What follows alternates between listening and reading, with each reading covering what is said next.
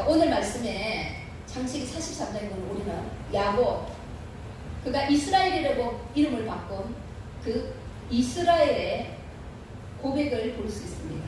오늘 이스라엘이 이렇게 고백합니다. 창세기 43장 14절에 전능하신 하나님께서 그 사람 앞에서 너희에게 은혜를 베푸사 그 사람으로 너희 다른 형제와 베냐민을 돌려보내게 하시기를 원하노라. 내가 자식을 잃게 되면 이르리로다. 이렇게 얘기하고 있습니다. 제가 성경을 읽는데 이 말씀이 계속 저에게 들려되는 거예요. 잃게 되면 이르리로다. 잃게 되면 이르리로다. 이건 쉬운 고백이 아닙니다. 차라리 내가 죽는 게 낫지. 아마 차라리 야곱에게 네가 죽어 이랬으면 쉬운 일이에요. 나만 희생하면 되니까. 근데 내 앞에서 자식이 죽는 거는 차마 볼 수 없는 굉장히 어려운 일입니다. 우리 야곱 이름에 야곱을 너무나 잘 알고 있습니다. 야곱은 태어날 때부터 욕심이 아주 많은 자였습니다. 태어날 때부터 햄의 발꿈치를 잡아서 우리는 그의 이름을 뭐라고 얘기하냐면 발꿈치를 잡은 자. 또한 또 다른 이름은 그가 사기꾼이라는 명칭을 가지고 있습니다. 그는 끊임없이 사기를 치는 천재였습니다. 그런 햄에게 팥죽 한 그릇을 통하여서 장자의 명분을 산 사람입니다. 근데 우리가 속이는 자로 팥죽 한 그릇을 얘기하고 있지만 이스라엘 법도에라면 이 장자가 얼마나 소중한지 그는 알고 있었습니다. 그는 끊임없이 사기를 치면서 살았지만 그는 끊임없이 무엇이 중요한지를 알고 살았던 사람입니다. 그래서 이 장자의 명분이 얼마나 중요한지 그는 알았습니다. 그래서 형이 지칠 때에 팥죽 한 그릇에 장자의 명분을 사고 또한 그는 바담 아람으로 도망을 갔습니다. 도망을 가서 그가 뭐 했냐면은 그는 사랑하는 사람을 만났습니다. 사랑하는 사람을 만나서 7년을 수일같이 여기며 그는 보냈습니다. 그리고 또 그의 장인에게 속으면서 또다시 7년을 보내고 또다시 품삯으로 6년을 보내고 그의 삼촌에게 20년의 세월을 보냅니다. 그의 삼촌에게 20년의 세월을 보내면서 그는 아주 충성스럽게 열심히 살아갑니다. 그의 인생은 그렇게 살아가고 있었습니다.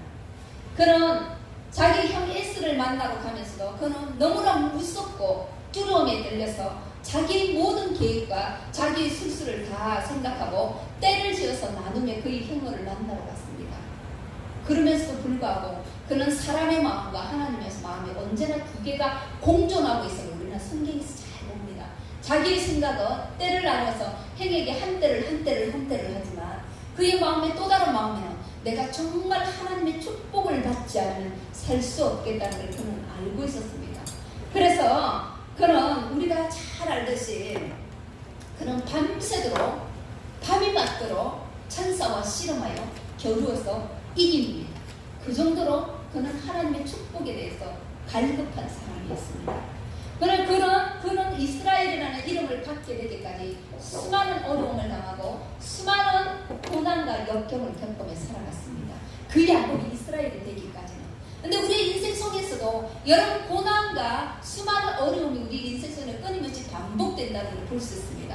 오늘 야곱의 인생 속에서도 보면은 야곱이 하나님을 깨달았어. 축복의 사람이 되었어. 이렇게 해서 그냥 넘어가지를 않아요.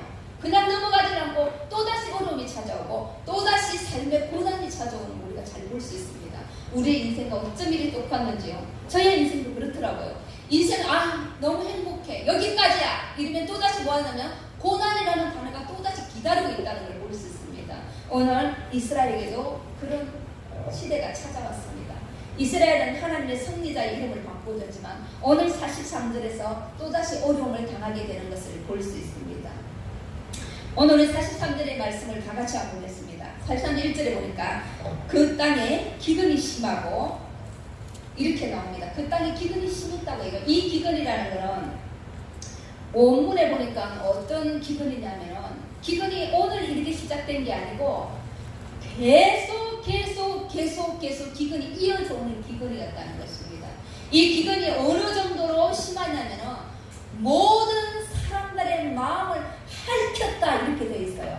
모든 사람들의 마음조차 기근이 될 정도로 어려움을 당했다는 얘기입니다. 그래서 오늘 그 땅에 다시 기근이 심하며 이렇게 되어 있습니다. 그리고 그들이 애굽에서 가져온 곡석을 다 먹으며 그 아버지가 그들에게 이르되 다시 가서 우리를 위하여 양식을 조금 사라 이렇게 되어 있습니다.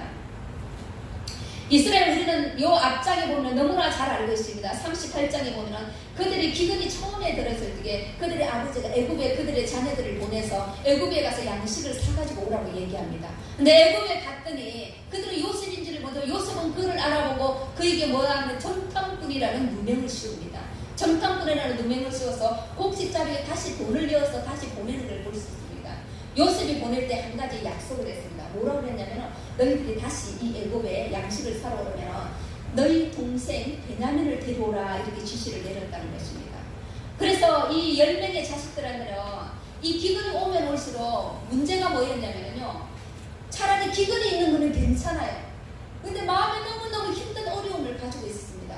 왜냐하면 끊임없이 애국의 총리가 한 말이 귀에 들리는 거예요. 너희가 내게 다시 양식을 사러 오르면 너희가 너희 동생 베냐민을 데리고 오라 이러는 거예요. 근데 베냐민은 그들이 잘 알고 있었습니다. 야곱에게 있어서 베냐민은 모두였습니다. 야곱에 있어서 베냐민은 전부였습니다.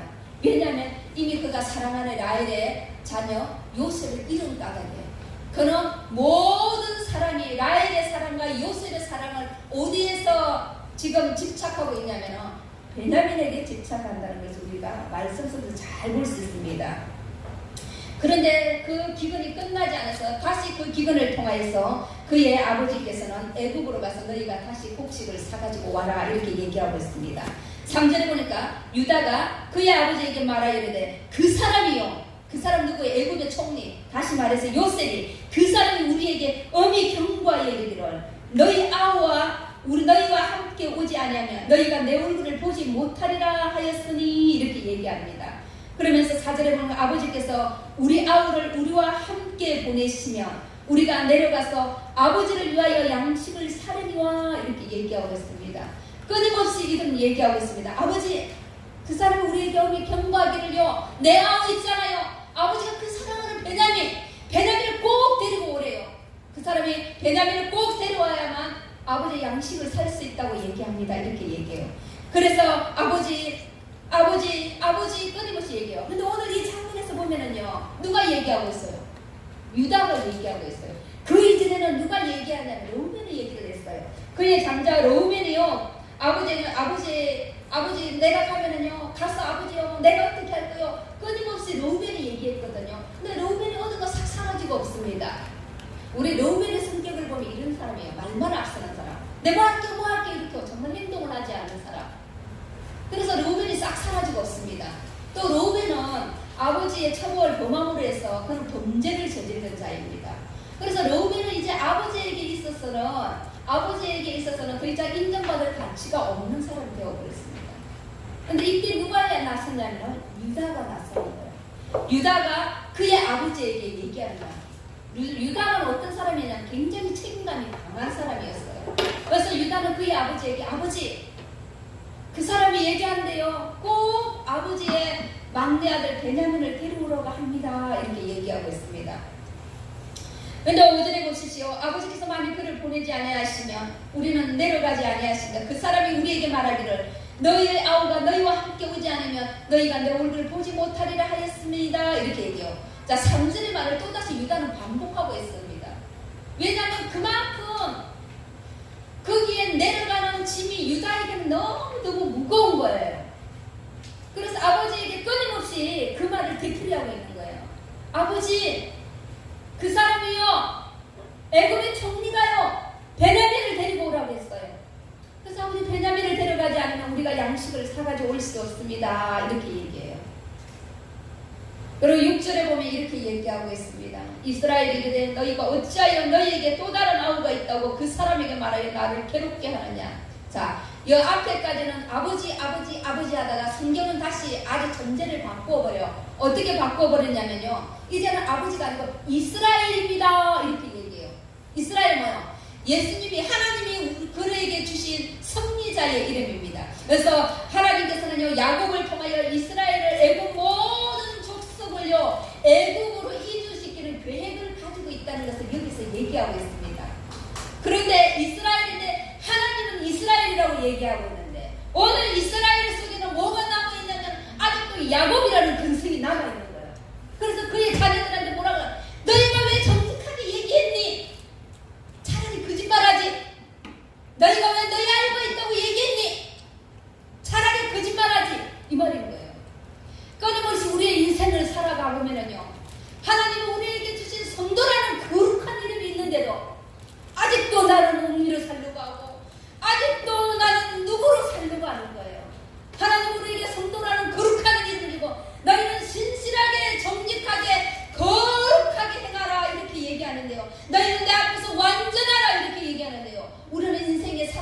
통해서 야곱과 같이 두 가지의 마음을 품고 살아가는 거예요. 하나는 이스라엘 마음, 하나는 야곱의 마음을 가지고 살아가고 있다는 거예요. 하나님의 계획은 이스라엘인데 하나님의 계획은 끊임없이 이스라엘 민족을 살리기 위해서 저 양식이 있는 그곳에 모두 이주를 시켜서 하나님은 그의 이스라엘 백성들을 살게 하시려고 기근을 들 때 살게 하시려고 하는데 이스라엘 마음에는 아직도 야곱의 근성을 가지고 있는 거예요. 그래서 너희가 왜 너희 아우가 있다고 얘기를 했느냐 이렇게 얘기를 하고 있습니다. 참 우리의 마음에 두 가지의 마음이 끊임없이 우리가 싸우고 있다는 걸 볼 수 있습니다. 그래서 다시 유다가 얘기합니다. 그들이 이르되 그 사람이 우리와 우리 친족에게 대하여 자세히 질문하여 이르기를 너희 아버지가 아직 살아계시냐 너희에게 아우가 있느냐 하기로 그 묻는 말에 따라 그에게 대답하기로 그 묻는 말에 따라 그에게 대답한 것이 그가 너희의 아우를 데리고 내려오라 할 줄을 우리가 어찌 알았으리까. 자, 유다는 뭐라고 얘기해요? 그 사람이 내게 물어서 나는 정직하게 얘기했는데 아버지 나의 정직한 말에 그 사람이 내 아우를 데리고 오라고 어떻게 내가 알았습니까? 이렇게 얘기하고 있는 거예요.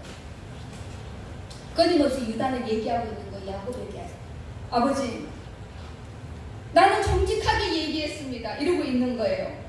자 8절에 봅시다. 유다가 그의 아버지 이스라엘에게 이르되 저 아이를 나와 함께 보내시면 우리가 곧 가리니 그러면 우리 아버지와 우리 어린 아이들이 다 살고 죽지 아니하리이다. 내가 그를 위하여 담보가 되오리니 아버지께서 내 손에서 그를 찾았소서. 내가 만일 그를 아버지께 데려다가 아버지 앞에 두지 아니하면 내가 영원히 죄를 지리이다 이렇게 얘기해요. 유다 보세요. 유다가 뭐라 그러냐면 내 담보가 되겠다고 이렇게 얘기해요. 그의 아버지의 말을 왜 유다의 말에 신비성이 있냐면요. 유다는 이미 모든 어려움과 희생을 겪어본 사람입니다. 유다에게는 자식이 3명이 있었죠. 유다의 첫째 엘이 있었고 오난이 있었고 셀라가 있었습니다. 근데 유다는요 엘도 잃어봤고 오난도 잃어봤습니다. 근데 하나님께서 뭐라 그러냐면은 셀라를 뭐라 그랬습니까? 대를 이어서 다말에게 담보로 줘라 이렇게 얘기했습니다. 고멜로 줘라 이 말이 담보로 줘라고 하는 거거든요. 그런데 그의 아버지는 셀라를 너무 사랑한 거예요. 왜? 두 자식을 잃었기 때문에. 유다는 두 자식을 잃었기 때문에 이 셀라만을 잃을 수 없다고 성경은 얘기하고 있습니다. 그래서 뭐 하냐면은 다말에게 셀라를 주지 아니하는 것을 볼 수 있습니다. 그래서 다말이 유다를 통하여서 족속을 이어가는 것을 볼 수 있죠. 다말은 그렇게 족속을 이어가지만 유다는 이미 그에게 담보가 뭔지도 알고 있었고요. 자식을 잃은 아픔이 얼마나 괴롭고 힘든 일인가를 알고 있었고요. 자식 하나를 사랑하는 것이 얼마나 하나님 앞에 큰 범죄로 여겨지는가도 그는 이미 경험해서 다 알고 있었던 거예요. 이걸 누가 봤어요? 그의 열 가족들도 보고 그의 아버지 이스라엘도 다 본 거예요. 유다가 얼마나 괴롭게 살고 얼마나 괴로움을 당했는지. 그래서 이제 유다의 말이 신비성이 있는 거예요. 이제 이스라엘에게. 그래서 하나님이 하신 것을 알고 있었습니다. 그래서 유다는 겪어봤더니 내가 인생을 겪어봤더니 내 의지대로 나는 셀라를 다말에게 주지 않았는데 하나님의 계획은 전능하신 그 하나님의 계획은 그러지 아니었더니라 하는 것을 알고 있었습니다. 그래서 유다에게는 믿음이 있었다는 거예요. 그래서 그 믿음 있는 유다가 그의 아버지에게 내가 담보가 되겠습니다 아버지. 내가 너희 담보가 되겠습니다. 이렇게 얘기하고 있습니다. 우리 담보하면 우리는 예수 그리스도를 떠올리지 아니할 수 없지요. 이 땅에서 하늘에서 이 땅에 내려와 신이 이 땅에 내려와 친히 사람이 되신 분은요 오직 한 분 그분밖에 없습니다. 어떤 종교에도 신이 이 땅에 내려와서 사람을 힘입어 우리의 담보가 되셨다고 하는 일은 없습니다. 근데 주님은 그는 신이시면서도 모든 높고 높은 그 보좌의 모든 것을 버리시고 이 땅에 내려와서 친히 우리의 죄의 담보가 되셔서 우리를 구원하여 주시는 능력이 되셨다는 것입니다. 우리가 예수 그리스도께는 유다의 족속으로 담보가 되셔서 내려오신다는 걸 우리는 너무나 잘 알고 있습니다. 그래서 유다는 굉장히 중요한 인물로 사용되고 있습니다. 그러면서 유다는 이렇게 얘기합니다. 그의 아버지에게 우리가 지체하지 아니하였으면 벌써 2번 갔다 왔습니다. 왜냐하면 유다의 말이 이제 이스라엘에게 먹혀 들어갔던 거예요. 왜? 내가 모든 겪은 일이기 때문에, 내가 겪은 아픔이고 내가 겪은 슬픔이기 때문에, 내가 겪은 그 하나님의 전지전능하신 약속의 하나님을 보았기 때문에 그는 담대히 말할 수가 있었던 겁니다. 그래서 이제 그 아버지가 마음이 녹아버린 거예요. 이제 그래, 맞아 유다야, 맞아, 네가 그 아픔을 겪었지, 네가 그 희생을 겪었지, 그리고 너는 그 속에서 하나님의 족속을 이어가는 전지전능하신 그 하나님의 역사를 봤지, 이러는 거예요. 그래서 11절에 보면 그들의 아버지 이스라엘이, 이제 이스라엘이 움직이기 시작하는 거예요. 그들에게 이르되 그를 알지니 이렇게 하라. 너희는 이 땅의 아름다운 소산을 그릇에 담아가지고 내려가서 그 사람에게 예물로 드릴지니 곧 유황 조공과 꿀 조공과 향품과 모략과 유황나무 열매와 감복숭아이니라, 이렇게 얘기해요. 봐요. 여러분, 지금 유다 보는 이스라엘이 뭘 막 잔뜩 끄집어내나요? 근데 우리가 이 사건을 보면은요, 계속해서 이 사건이 지금 배경이 어느 정도 배경입니까? 기근이 엄청 심한 배경이에요. 애국에서 가져왔던 것까지 다 먹고 없어지는 이때인 거예요. 근데 뭘 자꾸 내놔요? 왜 내놨을까요? 왜 뭐가 있었을까요? 이스라엘 마음이라는 오직 그에게는요, 하나님이라고 했지만 그의 마음에 신이 베냐민밖에 없었던 거예요. 그래서 베냐민을 주려고 꿀도 숨겨두고 다 숨겨놨던 거예요. 자기를 가장 사랑하는 자를 주려고 숨겨놨던 걸, 이 모든 것을 이제 다 끄집어내는 거예요. 다 끄집어내는 거예요. 베냐민을 위해서 준비했던 거 모든 것을 이제 아낌없이 끄집어내놓는 거예요. 그러고 나서 그 다음에 뭐라 그래요? 너희 손에 갑질의 돈을 가지고 와. 돈 왜 모아놨을까요? 아버지 인생에 있어서는 열나들은 기억도 없어, 생각도 없어요. 왜? 내가 사랑하지 않은 레아의 자녀잖아. 그리고 내가 사랑하지 않은 그 척들의 자녀잖아. 그러니까 아버지는 별로 생각이 없는 거야. 그리고 자기가 가장 소중하게 여기고 자기가 가장 7년의 세월을 한순간같이 넘겼던 그 사랑하는 자녀, 그 베냐민밖에 없었던 거예요. 돈 왜 모아두겠어요?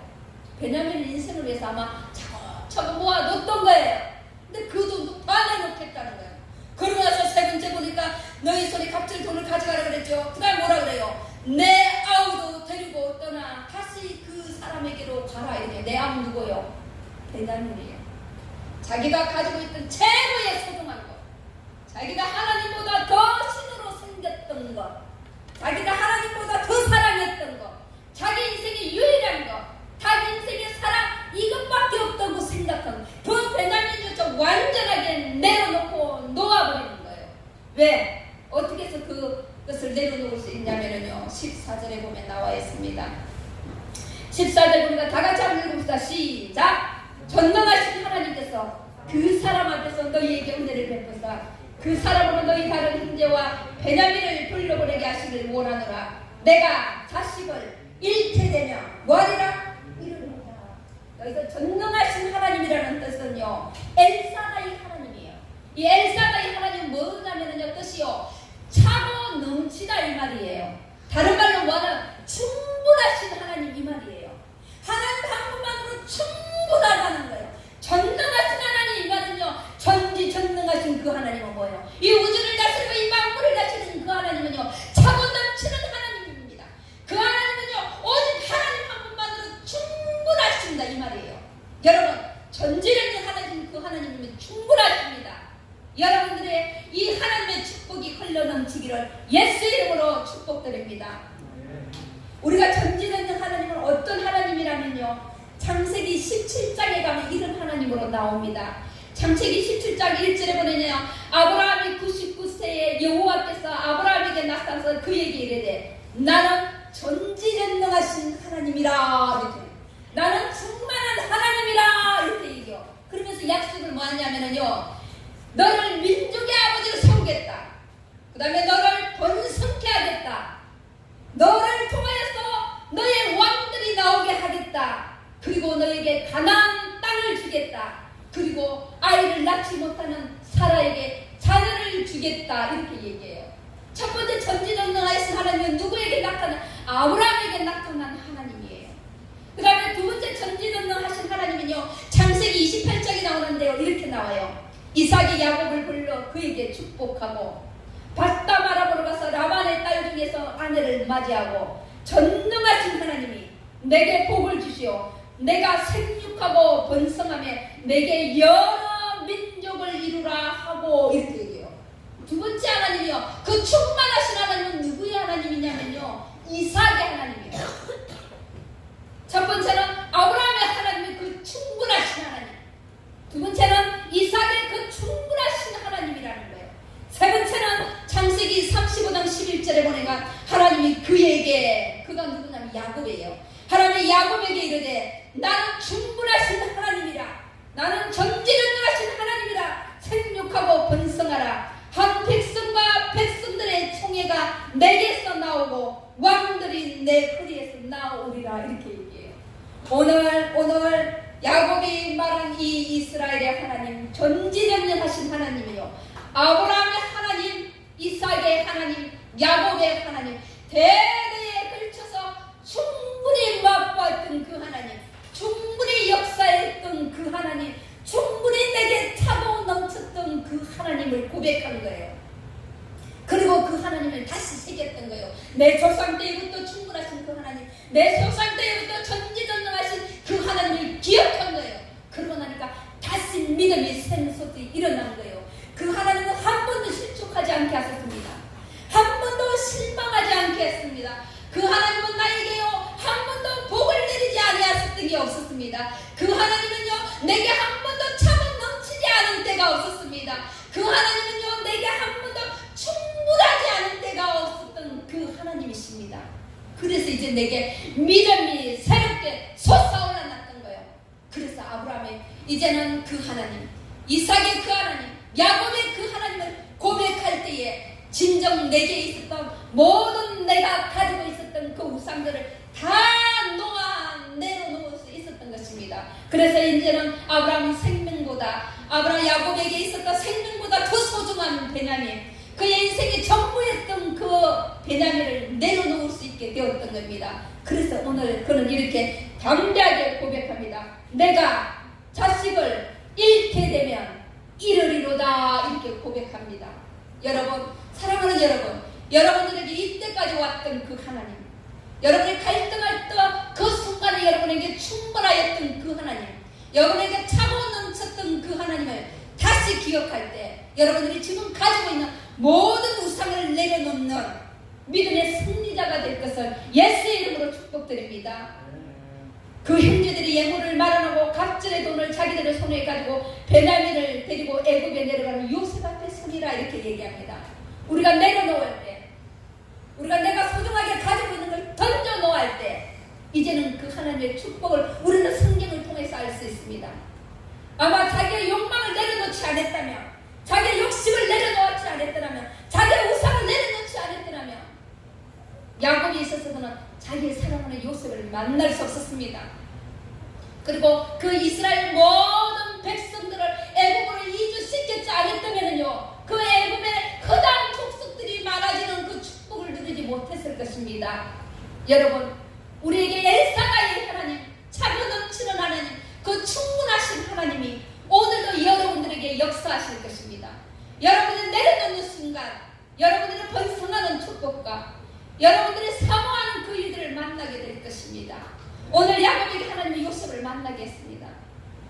요셉이 죽었을 때 그는 어떻게 했습니까? 차라리 내가 소홀로 내려가겠다고 했습니다. 차라리 그가 지옥에 내려가는 아픔만큼 아파했습니다. 그 축복이, 그 기쁨이 다시 자기의 아름다운 소중한 베냐민을 내려놓을 때, 그 전능하신 하나님을 향하여 내려놓을 때 그는 그 축복을 얻었습니다. 사랑하는 여러분, 지금 여러분들이 무엇에 얽매여 있습니까? 지금 무엇의 욕망을 부르고 있습니까? 지금 어떤 욕심에 불어서 전능하신 하나님이 눈에 보이지 않습니까? 여러분들에게 다시 전능하신 하나님이 눈에 보이기 원합니다. 여러분의 믿음의 고백이 전능하신 하나님을 통하여 일어나기를 바랍니다. 마태복음 16장에 보면은 이런 얘기가 있습니다. 이르시되 너희는 나를 누구라 하느냐? 시몬 베드로가 대답하여 이르되 주는 그리스도시요 살아계신 하나님의 아들이시나 하고 전능하신 하나님을 이렇게 표현했습니다. 예수께서 대답하여 이르시되 바요나 시몬아, 내가 복이 있도다. 이를 내게 알게 하니는 혈육이 아니요 하늘에 계신 내 아버지시니라. 또 내가 내게 이르리니 너 베드로라. 내가 이 반석 위에 내 교회를 세우리니 엄부의 권세가 이기지 못하리라라고 했습니다.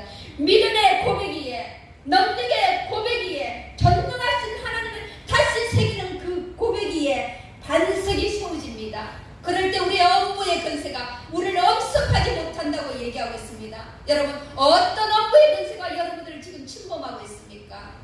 다시 믿음의 고백을, 다시 전지전능하신 하나님의 고백을 여러분의 삶 속에 다시 고백이 흘러 넘치시기를 바랍니다. 여러분, 우리의 삶 속에 어려움을 당하고 있다면요, 다시 차고 넘치는 엘사다의 하나님을 만나시길 바라겠습니다. 우리는 수많은 야곱의 인생처럼요, 우리는 구비구비를 넘어가야 됩니다.